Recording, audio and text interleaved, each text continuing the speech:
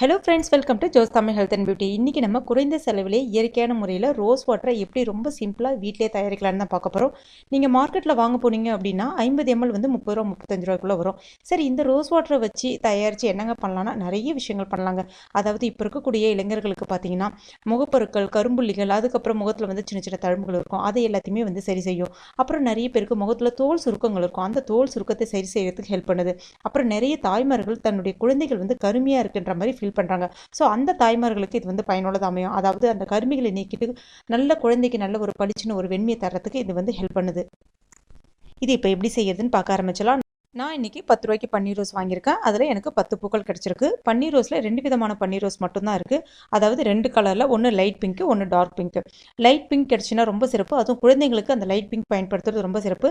அது எனக்கு கிடைக்கல, அதனால் இந்த பிங்க் ரோஸ் எடுத்திருக்கேன். இது வந்து கொஞ்சம் டார்க் கலரில் இருக்கும். அதனுடைய இதழ்கள் வந்து ரொம்ப மெலிசாக இருக்கும், ரொம்ப சாஃப்டாக இருக்கும். பெங்களூர் ரோஸ் பயன்படுத்தக்கூடாது. பெங்களூர் ரோஸ் வந்து பார்த்திங்கன்னா நிறைய டிஃப்ரெண்ட் கலர் கிடைக்கும். ஆனால் இதில் வந்து 2 கலர் மட்டும்தான் இருக்குது. இப்போ இந்த பூக்களை நல்லா வாஷ் பண்ணிடலாம். வாஷ் பண்ணிவிட்டு இதனுடைய இதழ்களை மட்டும் எடுத்துக்கலாம். அதனுடைய காம்புகளை தூக்கி போட்டுடலாம்.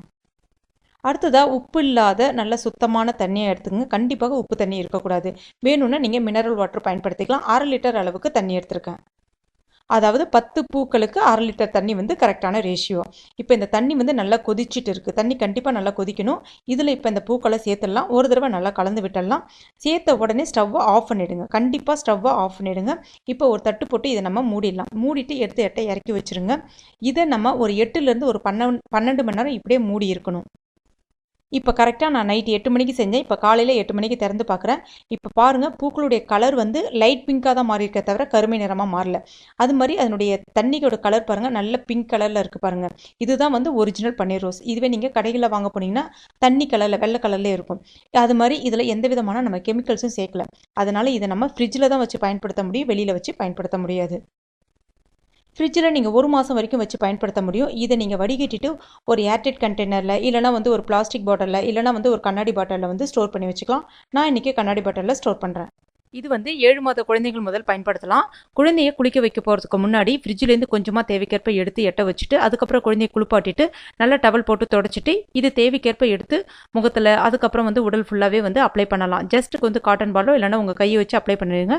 அப்படியே விட்டுடுங்க. மறுநாள் வந்து வாஷ் பண்ணலாம். இதனால் குழந்தைங்க மேலே அந்த பால்வாடை அந்த மாதிரி வராது. குழந்தைங்க நல்ல ஒரு நறுமணத்தோடு இருப்பாங்க. சீக்கிரமாகவே குழந்தையோட கலர் வந்து நல்ல பிரைட்டாக ஆரம்பிக்கும். அடுத்ததாக யங்ஸ்டர்ஸ், முகப்பொருட்கள் அதிகமாக இருக்கிறவங்க இது வெறுமனே ஜஸ்ட் ஒரு ஸ்ப்ரே பாட்டிலில் கூட நீங்கள் ஃப்ரெஷ் பண்ணிக்கலாம். இல்லைனா வந்து முகத்தில் வந்து ஏதாவது ஒரு ஃபேஸ் பேக் அப்ளை பண்ணுறீங்கன்னா அதில் மிக்ஸ் பண்ணி கூட பயன்படுத்திக்கலாம். இல்லைனா குளியல் பவுடர் வச்சுருக்கீங்கன்னா குளியல் பவுடரில் கூட நீங்கள் தேவைக்கேற்ப எடுத்து மிக்ஸ் பண்ணி பயன்படுத்திக்கலாம். அப்புறம் முகத்தில் தோல் சுருக்கங்கள் இருக்கிறவங்க முட்டையோட வெள்ளைக்கருவோட இதை கொஞ்சம் தேவைக்கேற்ப எடுத்து மிக்ஸ் பண்ணிவிட்டு ஒரு ஃபேஸ் பேக் மாதிரி போடும்போது முகத்தில் இருக்கக்கூடிய தோல் சுருக்கங்கள் எல்லாமே வந்து மறைய ஆரம்பிச்சிடும். அதுக்கப்புறம் காலேஜ், ஆஃபீஸ் போகிற கேர்ள்ஸ்க்குலாம் ஒரு 3 மணி நேரத்தில் ஃபேஸ் வந்து ரொம்ப டல் அடிச்சிடும். தேவைக்கேற்ப இந்த மாதிரி ஒரு ஸ்ப்ரே பாட்டிலில் வந்து எடுத்துகிட்டு அதாவது ஹேண்ட்பேக்கில் எடுத்துகிட்டு போனீங்கன்னா எப்போல்லாம் உங்களுக்கு ஃபேஸ் டல்லாக இருக்குன்னு ஃபீல் பண்ணுறீங்களோ ஜஸ்ட் ஸ்ப்ரே பண்ணிவிட்டு ஒரு கர்ச்சிப்பால் ஜஸ்ட்டு தொடச்சி விட்டுங்க. இன்ஸ்டண்ட்டாக உங்களுடைய முகம் வந்து நல்லா பளிச்சுன்னு அழகாக இருக்கும். நல்ல ஒரு ஃப்ராக்ரன்ஸ் வந்து உங்களை சுற்றிக்கிட்டு வந்துகிட்டே இருக்கும். அந்தளவுக்கு ஒரு அருமையான ஹோம் ரெமெடி இது.